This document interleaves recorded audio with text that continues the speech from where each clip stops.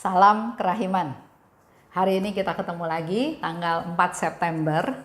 Kita akan baca dari diary nomor 443 dan 444. Kita mulai ya. Dalam nama Bapa dan Putra dan Roh Kudus. Amin. Bapa kami yang ada di surga, dimuliakanlah namamu.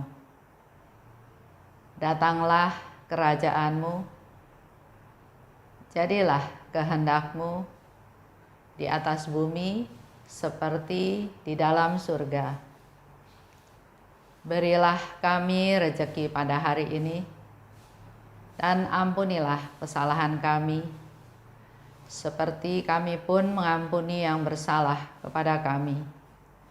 Dan janganlah masukkan kami ke dalam pencobaan, tetapi bebaskanlah kami dari yang jahat. Amin. Dalam nama Bapa dan Putra dan Roh Kudus. Amin. 443 itu bicara tentang kehendak Allah. Kalau 444 itu bicara tentang bimbingan rohani. 443, pada suatu kesempatan aku mendengar kata-kata ini. Aku ingin agar engkau hidup menurut kehendakku dalam lubuk jiwamu yang paling rahasia. Aku merenungkan kata-kata ini yang berbicara dengan jelas kepada hatiku. Ini terjadi pada hari pengakuan dosa untuk kongregasi. Ketika aku pergi ke pengakuan dosa dan mengakukan dosa-dosaku, imam mengulangi kepadaku kata-kata yang sama yang telah dikatakan Tuhan sebelumnya. 444. Imam itu mengucapkan kata-kata yang mendalam ini kepadaku. Ada 3 tingkat dalam menggenapi kehendak Allah. Tingkat yang pertama, jiwa melaksanakan semua peraturan dan statuta yang menyangkut kepatuhan lahiriah. Tingkat yang kedua, jiwa menerima ilham-ilham batin dan melaksanakannya dengan setia. Pada tingkat yang ketiga, jiwa yang berserah penuh kepada kehendak Allah, membiarkan Allah menggunakannya dengan bebas, dan Allah melakukannya seturut perkenannya, dan jiwa itu menjadi alat yang patuh di tangan Allah. Dan imam itu berkata bahwa aku berada pada tingkat kedua dalam memenuhi kehendak Allah, dan bahwa aku belum mencapai tingkat yang ketiga. Tetapi aku harus berusaha untuk mencapainya. Kata-kata ini menembus hatiku. Aku melihat dengan jelas bahwa Allah sering memberikan kepada imam ini pengetahuan tentang apa yang terjadi dalam lubuk jiwaku. Ini sama sekali tidak mengherankan aku. Sungguh, aku bersyukur kepada Allah sebab Ia telah memilih orang seperti itu. Ya, kita baca sama-sama ya. 443 tentang kehendak Allah. Kata Yesus, aku ingin agar engkau hidup menurut kehendakku dalam lubuk jiwamu yang paling rahasia. Jadi Tuhan Yesus sudah mengungkapkan keinginannya. Aku ingin. Apa yang Yesus inginkan? Yaitu dia minta supaya Suster Faustina hidup menurut kehendakku. Hidup menurut kehendaknya Tuhan. Keinginan ini juga pasti Tuhan Yesus harapkan dari kita semua. Para devosan kerahiman ilahi dan umat secara umum.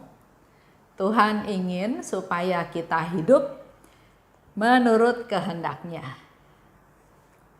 Pada waktu aku mengaku dosa, itu terjadi di Vilnius ya. Ini masih di Vilnius dan dia ketemu atau datang kepada Pastor Sopocko. Dan anehnya, imam itu mengulangi kata-kata yang sama yang Yesus ucapkan. Jadi selain dia sudah mendengar, dan ada satu penegasan lagi dari Pastor Sopocko, kata-katanya persis sama seperti yang Yesus katakan. Ini bisa menjadi juga satu konfirmasi bahwa memang Pastor Sopocko dipakai oleh Tuhan Yesus untuk menjadi Bapak pengakuan, juga mentor, pembimbing dari Suster Faustina. Tapi sekaligus juga ini merupakan hal yang penting, diulang ya. Jadi Yesus sudah berkata sendiri kepada Suster Faustina, tapi Yesus juga mengingatkan Pastor Sopoćko untuk bicara hal tersebut kepada Suster Faustina. Sesuatu yang penting. Yesus ingin kita hidup menurut kehendaknya. Menurut Pastor Sopoćko, ada 3 tingkat dalam penggenapan kehendak Allah. Nah, kita dengarkan sama-sama ya, kita masuk di tingkat yang keberapa. Tingkat yang pertama, jiwa melaksanakan semua peraturan dan statuta yang menyangkut kepatuhan lahiriah. Jadi tingkat pertama, melaksanakan semua peraturan yang menyangkut kepatuhan lahiriah. Ya, kita semua tahu ya aturannya. Contoh yang gampang, tanda dilarang masuk, ya artinya dilarang masuk. Kalau masuk ya didenda, ditegur, dihukum. Jadi aturannya jelas, dan tingkat pertama adalah kita mengikuti aturan yang sudah ada secara lahiriah. Tingkat yang kedua, jiwa menerima ilham-ilham batin dan melaksanakannya dengan setia. Suster Faustina banyak mengalami atau menerima ilham batin. Menurut saya, kita pun sebetulnya mendapat ilham dari Tuhan, mendapat ilham batin dari Tuhan. Cuma yang jadi masalah adalah kita peka enggak? Kalau kita merasakan, mendengar, mengingat sesuatu, mendapatkan ilham-ilham tersebut, apakah kita sungguh-sungguh mau mendengarkan atau kebetulan, atau melupakan, atau enggak peduli, maka kita nggak merasa dapat ilham-ilham tersebut. Nah, tingkat kedua, jiwa menerima ilham-ilham batin dan melaksanakannya dengan setia. Mungkin kita sering mendapat ilham batin. Sedang berdoa, tiba-tiba ingat seseorang. Atau sedang melakukan satu pekerjaan, tiba-tiba ingat satu kejadian, ingat seseorang, ingat sepertinya ingin mendoakan si A, si B, si C, dan seterusnya. Mendapat ilham batin, kesatu, yang penting adalah melaksanakannya dengan setia. Bukan hanya melaksanakan ya, tapi melaksanakan dengan setia. Nah, tingkat yang ketiga, jiwa yang berserah penuh pada kehendak Allah. Jadi udah nggak ada lagi kehendak kita, kehendak saya. Semuanya diserahkan pada kehendak Allah. Dan 2, membiarkan Allah menggunakannya dengan bebas. Kita nggak nolak, nggak menjaga jarak, atau nggak pura-pura nggak dengar. Dan yang ketiga, Allah melakukan seturut perkenannya. Jadi benar-benar pasrah. Ini saya Tuhan, ini saya, pakai saya sebagai alatmu, silahkan pakai Tuhan, saya alatmu, saya nggak punya kehendak lagi, kehendakku adalah melaksanakan kehendakmu. Dan yang keempat, jiwa itu menjadi alat yang patuh di tangan Allah. Jadi ada 4 poin ya, saya ulang sekali lagi. Jiwa yang berserah penuh pada kehendak Allah, berserah. Kedua, membiarkan Allah menggunakannya dengan bebas. 3, Allah melakukan seturut perkenannya. Dan yang keempat, menjadi alatnya yang patuh di tangan Allah. Dan ternyata menurut Pastor Sopoćko, Suster Faustina baru sampai di tingkat yang kedua. Tapi di situ dikatakan Suster Faustina berusaha masuk ke tingkat yang ketiga. Itu bicara tentang menggenapi kehendak Allah. Nah, pertanyaannya sekarang untuk kita semua. Kita ada di tingkat berapa? Tingkat 1, tingkat 2, tingkat 3. Pertanyaannya, apakah kita ada di tingkat 1? Apakah kita melaksanakan kehendak Allah? Kehendak Allah bukan 1, 2, 3 ya. Seluruh kehendak Allah. Apakah kita sudah melaksanakannya? Kalau yang pertama tadi, melaksanakan semua peraturan dan statuta yang menyangkut kepatuhan lahiriah. Mungkin kita sudah masuk ya ke tingkat yang pertama, mentaati peraturan secara lahiriah.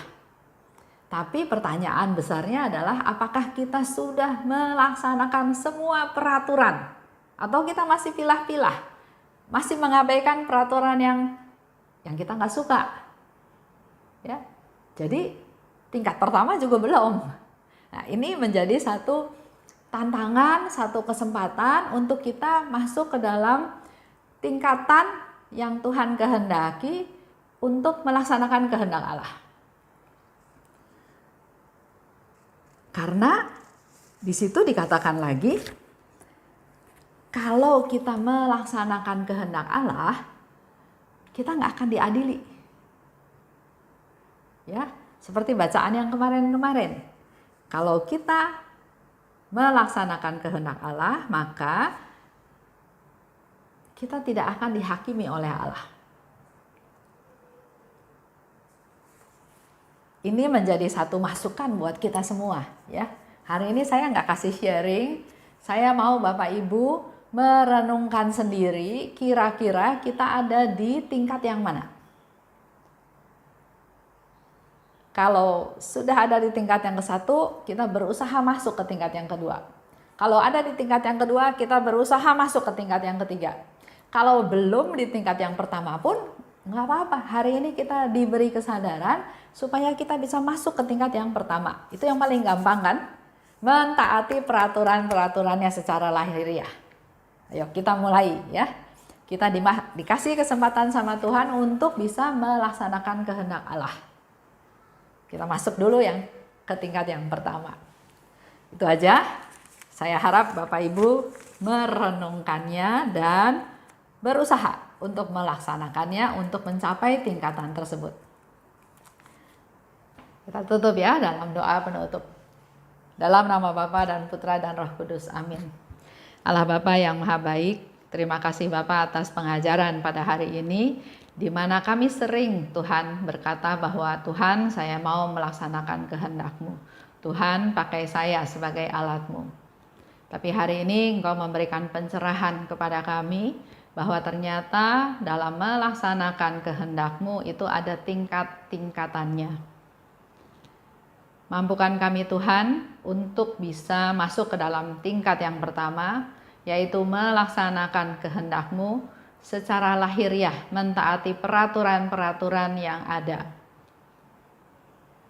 Dan selanjutnya buatlah kami peka ya Tuhan, supaya kami juga bisa mendengar, bisa menerima ilham-ilham batin yang Kau berikan kepada kami, pribadi lepas pribadi.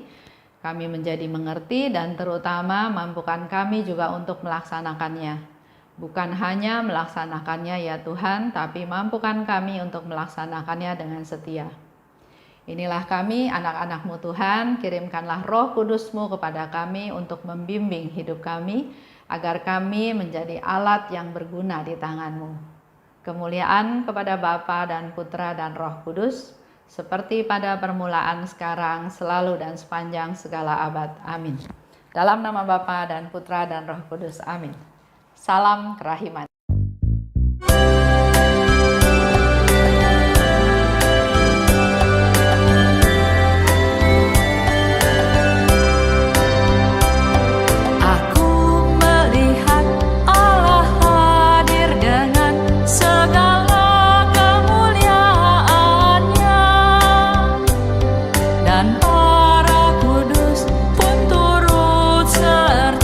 Bersuka cita bergembira.